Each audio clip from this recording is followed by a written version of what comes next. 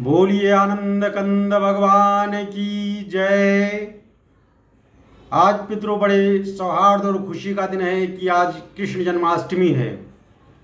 अच्छा, आपको बताते हुए बड़ी खुशी हो रही है और आपको बड़ी प्रसन्नता भी होगी सुनते समय। और मेरा प्रयास होगा कि आपकी लगन लगने के बाद में, जब तक ये पूरा वीडियो खत्म ना हो जाए, आपका लगन तारतम्य टूटे ना। होता क्या है मित्रों कि आज कृष्ण जन्माष्टमी है, तो मेरे मन में बार बार विचार ये आ रहा था कि जिस तरह बच्चा पैदा होता है और उसके बाद में उसकी षष्ठी और अष्टमी होती है, तो आज 8वां दिन है और हम लोग 8वां दिन जन्माष्टमी मतलब उसकी जन्म के 8वें दिन पे जन्माष्टमी को धूमधाम से मनाते हैं। ये मेरा दिमाग नहीं गया कि जन्माष्टमी इसलिए कहते हैं कि भगवान श्री कृष्ण का जन्म ही अष्टमी के दिन हुआ था। तो मित्रों, आज का है कि आज जन्माष्टमी के दिन भगवान रात्रि में 12 बजे क्या हुआ है, उनका जन्म हुआ था। और उसी जन्मोत्सव को मनाने के लिए लोग बड़ी धूमधाम से, आज आपने देखा होगा हर जगह मंदिरों में गाजे बाजे के साथ में लोग दर्शन करने जाते हैं, लोग पूजा पाठ करते हैं और लोग भगवान का ध्यान लगाते हैं। और ऐसा भी कहा गया है कि जन्माष्टमी के दिन पूजा पाठ और व्रत तप करने से क्या होता है कि संतान की इच्छा अगर किसी की होती है वो पूर्ति होती है, किसी में मन में धन की इच्छा है, कामना है, वो पूर्ति होती है। क्योंकि आज के दिन जब भगवान साक्षात खुद ही प्रकट हो जाते हैं और उनकी जो मन से कामना रहती है, तो उस कामना को परमात्मा सबकी पूर्ण करते हैं। और इसी कामना को पूर्ण करने के उद्देश्य से आप लोग जानते होंगे कि देवकी और वासुदेव के गर्भ में 8वें संतान के रूप में भगवान श्री कृष्ण ने अपना जन्म लिया था। हुआ क्या था कि जब देवकी और वासुदेव की शादी विवाह हो गया और ये जो है रथ से जाने लगे, तो एक आकाशवाणी हुई। उस आकाशवाणी में ये कहा गया कि देवकी के 8वें संतान की उत्पत्ति पर कंस का वध होगा। कंस को जब ये बात पता चली, कंस ने क्या किया, इन दोनों को, देवकी वासुदेव को पकड़ के कारागार में डाल दिया। अब कारागार में डाल तो दिया और वहां पे यातनाएं प्रार्थनाएं जो है देने लगे। अब उन यातनाओं को ये लोग किस तरह झेलते झेलते, अब कर ही क्या सकते थे, मरता क्या नहीं करता। जब 8वें संतान की बारी आई, क्योंकि उसके पहले जितने संतान हुए, कंस सबको जैसे ये पैदा होते थे उठा के पटक देता था, जान से मार देता था। जब 8वें संतान की बारी आई, तो पार ब्रह्म परमेश्वर भगवान विष्णु के 8वें अवतार श्री कृष्ण साक्षात सुदर्शन चक्रधारी प्रकट हुए। उन्होंने कहा कि हे वासुदेव, हे देवकी, हम आपके गर्भ से जन्म लेना चाहते हैं।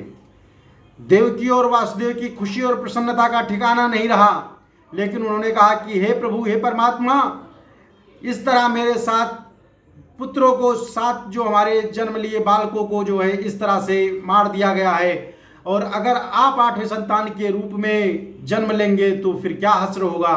भगवान ने कहा, पार ब्रह्म परमेश्वर ने कहा, उनको ज्ञान दिया, कहा आप उसकी चिंता मत करिए। आप जो है अपना जिस तरह पितृ सुख है, मातृ सुख है, आप उसका आनंद लीजिए। और उनको ये ज्ञान दे करके जो भी अभी तक आप ज्ञान दिए थे प्रभु, सब विस्मय करा देते हैं, भूल जाते हैं वो लोग।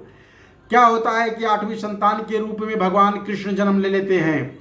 जितनी हथकड़ियाँ होती हैं, पंखुड़ियाँ होती हैं, चूंकि कारागार में बंद होते हैं, तो वो सब टूट जाते हैं।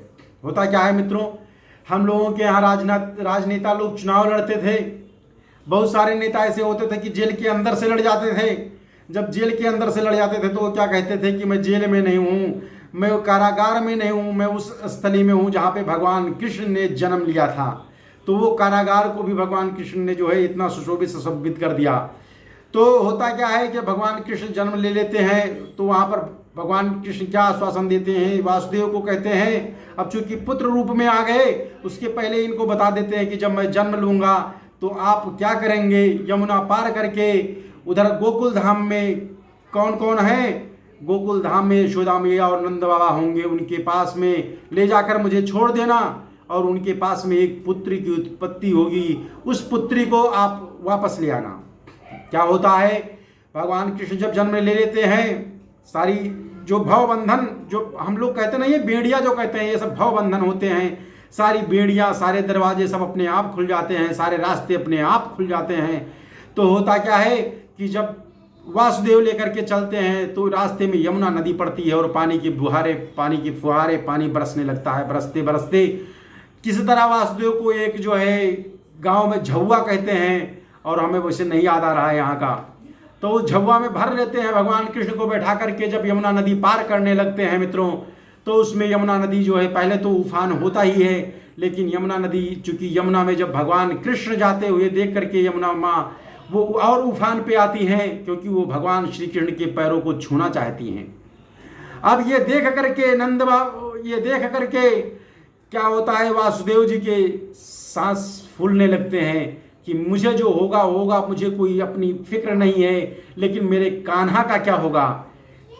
लेकिन प्रभु जब परम पिता परमात्मा पार ब्रह्म परमेश्वर जिसके पास साक्षात हो, उसको क्या चिंता।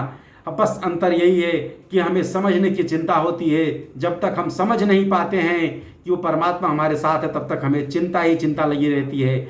जिस दिन हम यह समझ जाएंगे कि सब कुछ डोर उस परमात्मा के हाथ में है, सब कुछ करने वाला वो परम पिता परमात्मा है, उस दिन से हमारी चिंता उसके ऊपर छूट जाएगी और हमारे चिंताओं का वाहन, हमारे जो भी समस्याओं का वाहन, उसका निराकरण सब वही परम पिता परमात्मा करेगा। होता क्या है, गंगा मैया जब उसके भगवान श्री कृष्ण के पैर छू लेती हैं, उसके बाद में उनको रास्ता दे देती हैं, और रास्ता देने के बाद में जब भगवान श्री कृष्ण जो है को लेकर के वासुदेव जी पहुंचते हैं, उधर से जो है उस कन्या को लेकर के आते हैं। जब कन्या को लेकर के आते हैं और कन्या कह करने लगती है, तो कंस को पता चलता है।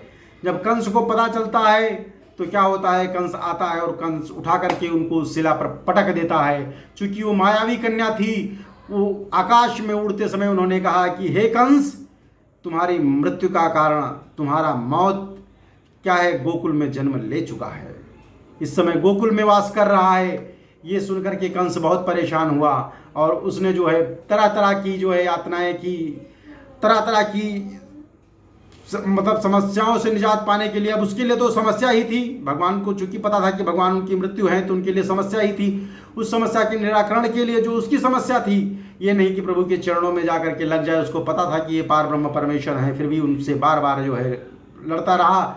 उसने पूतना को पकड़ा और पूतना को कहा कि जा करके जो है गोकुल में भगवान कृष्ण को अपने स्तन से जहर का पान करा दो, और उसी में क्या होगा, कृष्ण खत्म हो जाएगा।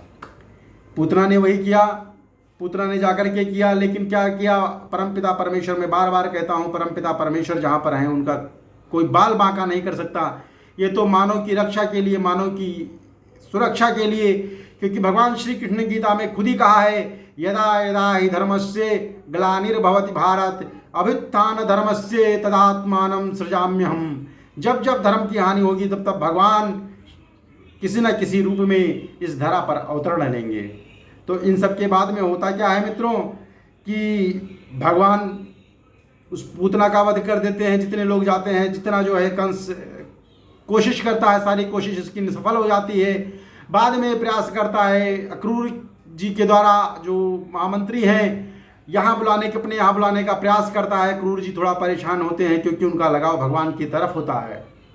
लेकिन अब चूंकि राजा की आज्ञा है, भगवान रास्ते में उनको दर्शन देते हैं, बताते हैं कि अक्रूर जी आप परेशान मत होइए, आप अपनी संकोच होकर चलिए जहाँ चल रहे हैं। भगवान श्री कृष्ण बलराम आते हैं, जब कंस के पास पहुँचना होता है, वहीं पे क्या होता है कि भगवानों ने ये जो जन्म लिया, ये किसी एक हेतु के नहीं लिया, उसमें कई सारे हेतु थे, उसमें कई सारे वध थे। उन्होंने बहुत सारे वध किए, जिसमें जो है पूतना का वध हो गया, कई सारे वसुरों के वध किए। फिर उसमें क्या होता है, वध के साथ में जब बालपन में थे, उन्होंने कालिया मर्दन किया, जहाँ पर लोग डरते थे कि कालिया जो है लोगों को डस लेगा। जब कालिया डस लेगा, कालिया गरुड़ से डरता था। अब चूंकि गरुड़ को ये श्राप था कि गरुड़ जो है गोकुल धाम में उस यमुना नदी में नहीं आ सकता था, इसीलिए कालिया वहाँ पे अपना जो है रक्षा हेतु वहाँ पर पड़ा हुआ था। मित्रों, बाकी सब कहानी पूरी अगर हम डीप में जाएंगे तो बहुत बड़ी लंबी चौड़ी हो जाएगी, तो इसलिए थोड़ा सार में ले चलते हुए हम आगे की तरफ बढ़ रहे हैं। इस सब के बाद में क्या होता है कि भगवान श्री कृष्ण बहुत सारे सब लोगों को, जिसको प्यार देना है सबको प्यार देते हैं, जिनकी इच्छा प्यार देने लायक है, और जिन्होंने जैसा कर्म किया था सबको उसके अनुसार दंड देते हुए आगे की तरफ बढ़ते हैं। भगवान ने बहुत सारों को दंड दिया। अब दंड किसको दिया आप देख सकते हैं। क्या है कि अब इसमें कालिया मर्दन हो गया, कंसवध हो गया। एक कहानियाँ मुझे बार बार वो मन में आ जाती है, मैं बताता हूँ कि इसके बाद में भगवान श्री कृष्ण ने प्यार भी बहुत किया। प्यार किससे किया? राधा से किया, गोपिकाओं से किया। और एक बार की घटना है मित्रों की, एक बार नरकासुर नाम का राक्षस जो है 16,100 कन्याओं का अपहरण कर लेता है। अब 16,000 हम लोग सुनते हैं ना कि भगवान श्री कृष्ण की 16,108 रानियाँ थी। तो ये क्या है मित्रों की इनकी 8 तो पट रानियाँ थी जिससे इन्होंने शादी की थी। और 16,100 कौन थी? चूँकि नरकासुर उन लोगों को पकड़ ले जाता है और वो रानियों को पकड़ के उनसे शादी विवाह करना चाहता है। 16,100 भगवान श्री कृष्ण उनसे युद्ध करके जो है उसको वहाँ से छुड़ा कर लेके आते हैं। चूँकि ये रानियाँ उस नरकासुर के राक्षस के पास में काफ़ी दिन तक रहती हैं। रहने के पश्चात होता क्या है, भगवान छुड़ा के लेके आते हैं तो कोई शादी को तैयार नहीं होगा। वो लोग लज्जा के कारण के भगवान कृष्ण से अनुनय विनय करती हैं कि प्रभु आप मुझसे शादी कर लीजिए, आप मुझे अपना सहारा दीजिए। तो 16,100 वो हो गई और 8 इनकी शादी हुई थी। शादियों में इनके मित्रों अगर आपको मैं बताना चाहूँ तो उनकी जो 8 पटरानियाँ थीं, एक रुक्मणी थी, दूसरी जामवंती, सत्यभामा, कालिंदी, मित्रविंदा, सत्या, भद्रा और लक्ष्मणा। ये 8 इनकी पटरानियाँ थीं और 16,100 वो हो गई जो इनकी रानियाँ थीं। तो 16,108 हो गई। इसी तरह मित्रों उनका ये मिलता है, ये भी एक कथन मिलता है कि इनके जो पुत्र हुए थे, एक रानी से 10 पुत्र हुए। तो इस तरीके से इनका जो है 16,108 में से 1,61,080 पुत्र हुए ये भगवान श्री कृष्ण के। चूँकि इतना बड़ा समाज और इतने बड़े देश और इतने बड़े संसार की रक्षा वही कर सकते, इतना सब कुछ वही देख सकते, बाकी तो सबके बस की बात नहीं है। और इसी हेतु में जो है आपने विदुर का प्रेम देखा होगा, किस गोपिकाओं को कितना प्रेम किया, राधा को कितना प्रेम किया। चूँकि आज भाद्रपद का जन्माष्टमी है, भाद्रपद में ही भगवान कृष्ण जन्म हुए थे, तो इनका जन्म हो गया। और उसके बाद में होता क्या है मित्रों कि हम लोग देखते हैं कि भगवान ने बहुत सारी लीलाएं की। उन लीलाओं में जो है एक लीला आती है कि जब द्रौपदी की घटना होती है उसके बाद में जो है भगवान जाते हैं क्या करने के लिए, सुलह समझौता के लिए। दुर्योधन जान नहीं पाता है, और दुर्योधन जान नहीं पाता है तो वो करता क्या है कि वो भगवान कृष्ण को बंदी बनाना चाहता है। भगवान वहाँ पे कहते क्या हैं कि जब नाश मनुज पर छाता है, जब नाश मनुज पर छाता है, पहले विवेक मर जाता है। हरि ने भीषण हुंकार किया, अपना स्वरूप विस्तार किया। डगमग डगमग दिग्गज डोले, भगवान कुपित होकर बोले, जंजीर बढ़ाकर साध मुझे। भगवान कहते हैं हे दुर्योधन, तुम्हारी जंजीर जितनी बढ़ सकती है बढ़ाओ, जंजीर बढ़ाकर साध मुझे। हाँ हाँ दुर्योधन बांध मुझे। यह देख गगन मुझ में लय है, यह देख गगन मुझ में लय है, यह देख पवन मुझ में लय है। मुझ में विलीन झंकार सकल, मुझ में लय है संसार सकल। अमृत फूलता है मुझ में, संहार झूलता है मुझ में। तो भगवान श्री कृष्ण ने बताया कि सब कुछ मैं ही हूँ, मेरे से ही सबका उद्गम है और यहीं से सबका अंत है। तो मित्रों भगवान श्री कृष्ण के चरणों में बारंबार प्रणाम और वंदन है मेरा।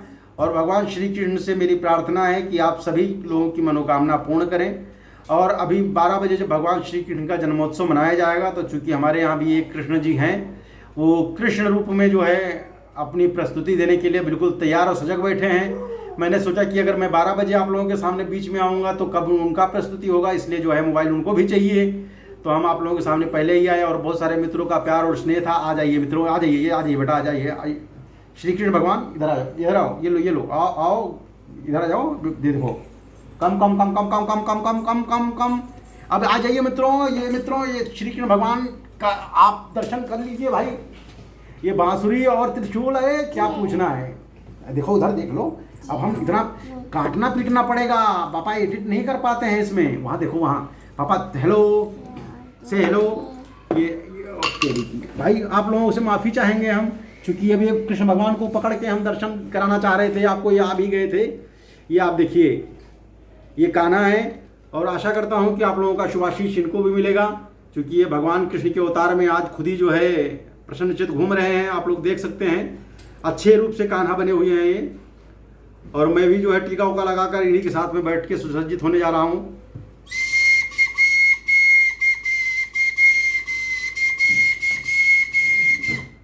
चलो, बहुत बहुत धन्यवाद मित्रों, आप लोग इस कथा का आनंद लीजिए। और कृष्णा जी भी आएंगे आप लोगों के समक्ष, इनका भी एक अलग से वीडियो आएगा अभी आप लोगों के बीच में। जो है आप लोग खूब जो है खुश रहिए, प्रसन्न रहिए। भगवान कृष्ण से प्रार्थना है कि भगवान कृष्ण बने हो तो आशीर्वाद दे दो लोगों को। भैया हे आशीर्वाद दे दो, नहीं दोगे?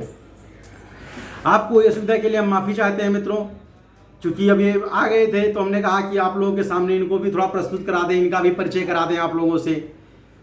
गलती होगी तो उसके लिए हम क्षमा चाहते हैं। वैसे आप लोगों का प्यार और स्नेह बहुत बरसता है, इस प्यार और स्नेह पाकर के मैं बहुत गदगद रहता हूं। और यही कारण है मित्रों कि आप विश्वास नहीं मानोगे, अगर मैं खाना भी खाता रहता हूं तो मुझे लगता है कि बस प्रभु के चरणों में जो भी समय समर्पण हो जाए वही बारंबार धन्यवाद है। बहुत बहुत धन्यवाद, बहुत बहुत नमस्कार।